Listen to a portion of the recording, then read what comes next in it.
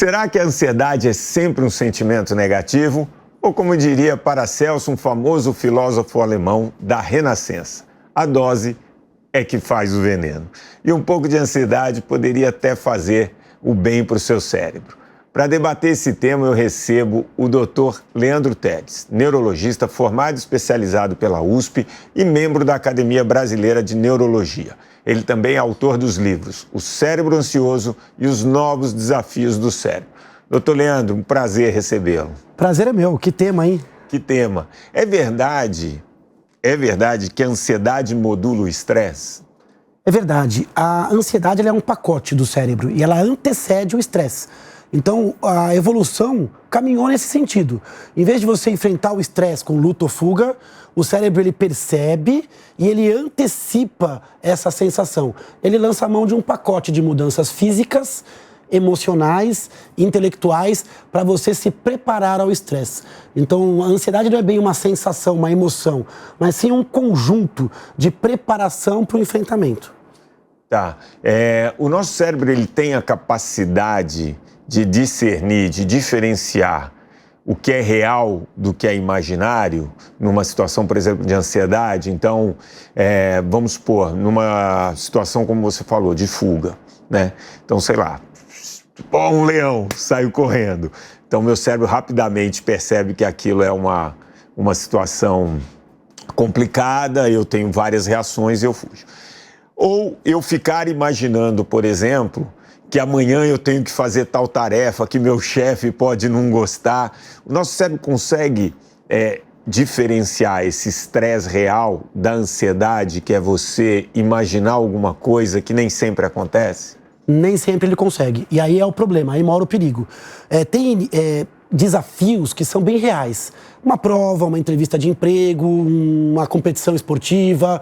Então, em alguns momentos, o inimigo é real. O cérebro vai antever aquilo e se preparar para aquilo. Essa é a ansiedade fisiológica, boa. Só que, às vezes, o inimigo ele é um inimigo mental. Às vezes, a gente já está predisposto a amplificações, a medos. Então, pessoas, por exemplo, com traumas, pessoas que sofrem muita pressão, elas podem começar a sentir ansiedade pela imagem mental. Então, ela sofre antes da hora, sofre desproporcionalmente e, às vezes, ela sofre por ocorrências que não são tão prováveis. Elas são até possíveis, mas não são prováveis. Ele fica naquele e se, e vai que, e aquela imagem mental passa a já causar o sofrimento. E aí você falou uma coisa que me leva para a primeira pergunta. A ansiedade modula o estresse? Modula. A pessoa que está muito ansiosa, ela acaba sofrendo muito antes do estresse acontecer.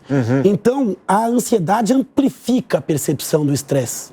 Tá. Isso pode ser importante em algumas situações. Por exemplo, se eu estou num lugar ermo, num lugar escuro, onde eu posso ser assaltado, eu ficar ansioso é interessante. O meu medo, a minha atenção, minha concentração, olha a ansiedade do bem, né?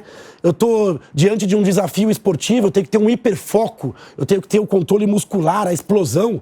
Olha a ansiedade do bem. Agora, se eu começar a ficar ansioso por coisas que são improváveis ou do dia a dia, por isso que a intensidade, a frequência e o consumo de saúde é o que define a ansiedade doença. E é uma doença comum. 10% da população brasileira sofre de doença, ansiedade, transtorno de ansiedade mal modulada que amplifica o estresse.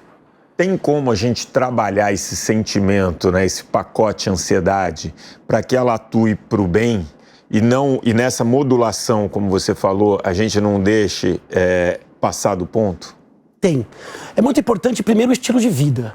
Quando você consegue ter pausas, quando você consegue manter uma atividade física, quando você consegue manter atividades recreativas, o cérebro ele funciona melhor. Quando você dorme com tempo suficiente, quando você come com qualidade, quando você reflete sobre as coisas. Se você estiver no multitarefa, estiver acelerado, estiver imerso a um bombardeio de ocorrências estressantes, o cérebro se desregula. A gente brinca que o cérebro é meio que um camaleão. Se você oferece guerra, ele vai para a guerra. Então, aquela pessoa que está com muito estresse, o cérebro lhe perde um pouco a regulação e passa a sofrer por antecipação. Se você estiver ansioso, é muito importante você perguntar para essa ansiedade: esse inimigo é real? Esse inimigo é provável? Existe algo que eu possa fazer para minimizar isso, sim ou não? Muitas vezes a gente não tem poder nenhum de controlar as ocorrências, né? Qual é o impacto se isso der errado? Às vezes nem é um impacto tão grande. Então isso vai acomodando nossa ansiedade. Mas para quem é ansioso muito intensamente, às vezes só isso não resolve.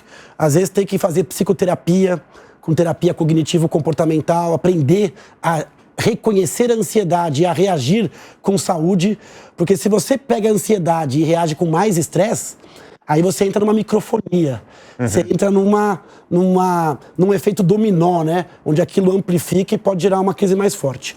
E para alguns casos, medicamento. Casos graves de ansiedade, moderado a graves, o medicamento pode ajudar muito a pessoa a se manter um pouco mais tranquila. O excesso de ansiedade, né? Ele pode atrapalhar muito o sono? Pode, e é uma das principais coisas que atrapalha o sono. A pessoa muito ansiosa, ela sofre antes e ela rumina pensamentos, ela rumina problemas. Ela vai para a cama com esse problema na cabeça. Exatamente. Então, o sono, ele é o momento de relaxamento. A pessoa precisa relaxar e precisa aceitar o sono. Quando a pessoa está muito ansiosa, ela fica ruminando pensamentos do dia anterior e projetando do dia seguinte. Essa sensação de mais adrenalina, mais cortisol, causa vários tipos de insônia. Dificuldade em pegar no sono. Demora mais que 30 minutos para pegar no sono. Ou despertar no meio da noite com a cabeça pensando, acelerada a 1000. Ou despertar muito cedo.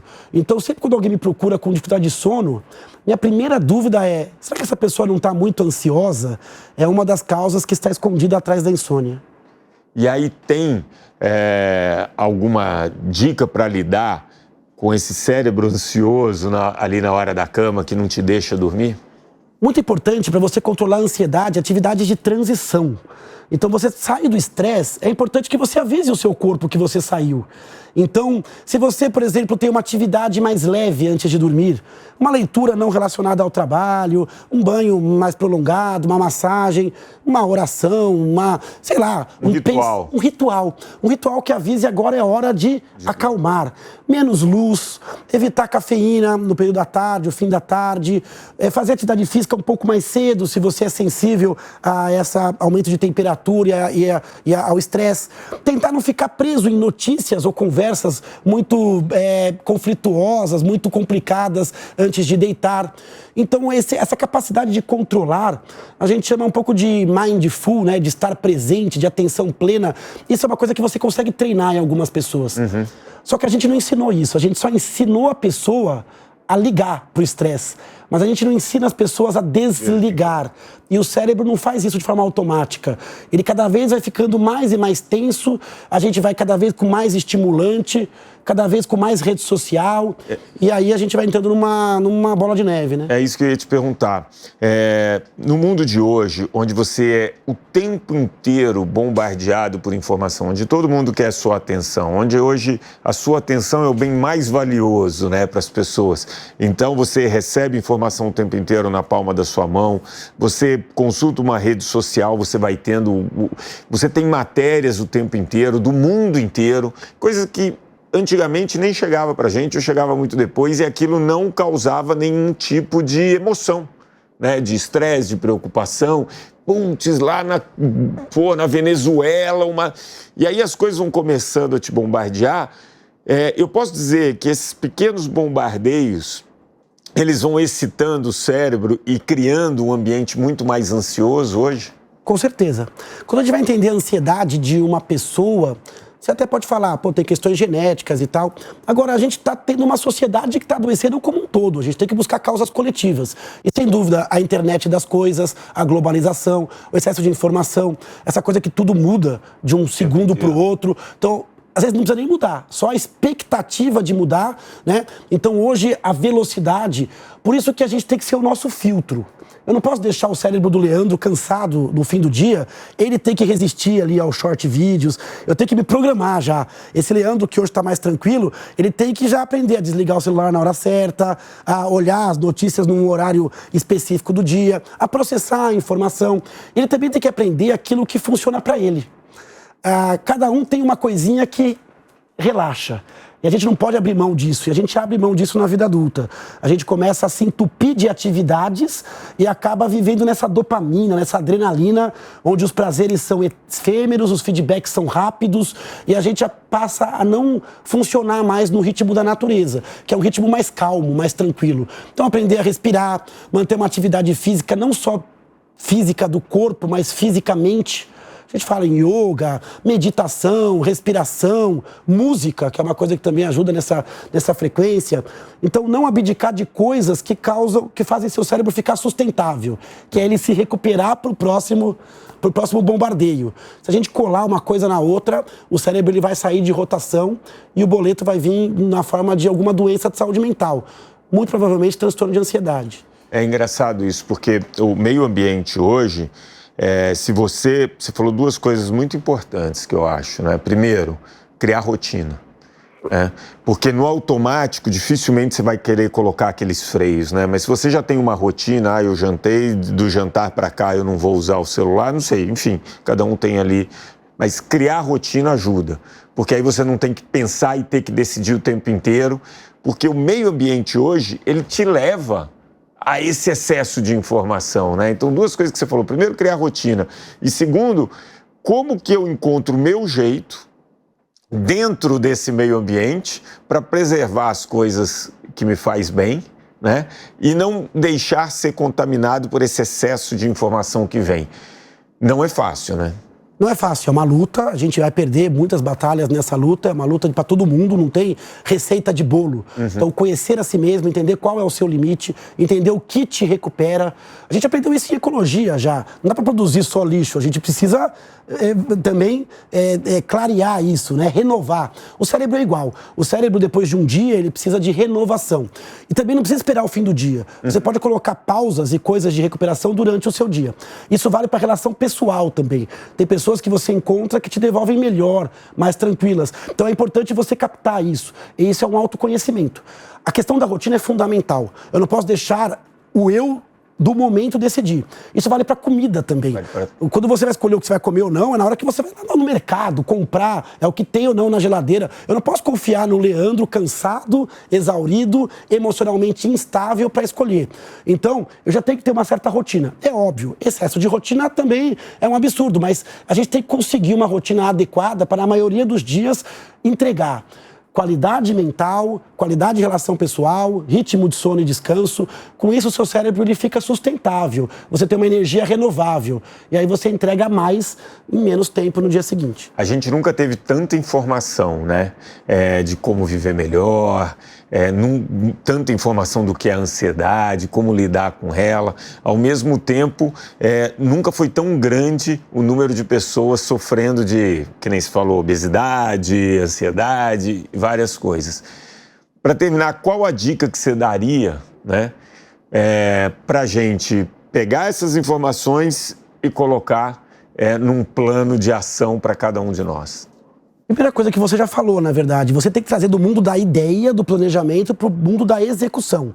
Primeira coisa, não coloca metas faraônicas de transformação. Busca metas bem repartidas, vê o que é importante, o que é factível para você.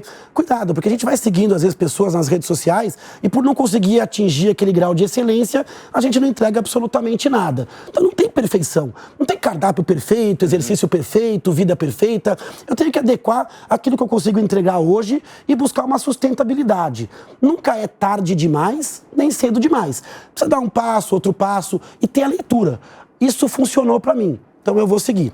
Agora, entender que tem um limite, o limite da doença. Se você tem crise de pânico, se aquela sua ansiedade ela te impede de fazer uma coisa muito importante, se há comprometimento do trabalho, da escola, das redes, da vida social, procura um médico, procura um psicólogo, porque isso vai tirar uma amarra para você, num segundo momento, mudar o estilo de vida, né? Exatamente. Esse excesso de informação que a gente tem disponível, ele obviamente não vai substituir uma boa orientação de um médico que vai poder te ajudar e dar o caminho das pedras, né? É isso. Tá bom. Muito obrigado, foi muito bacana esse papo. Espero te entrevistar em outros assuntos em breve. Com certeza, obrigado. Obrigado você, Leandro.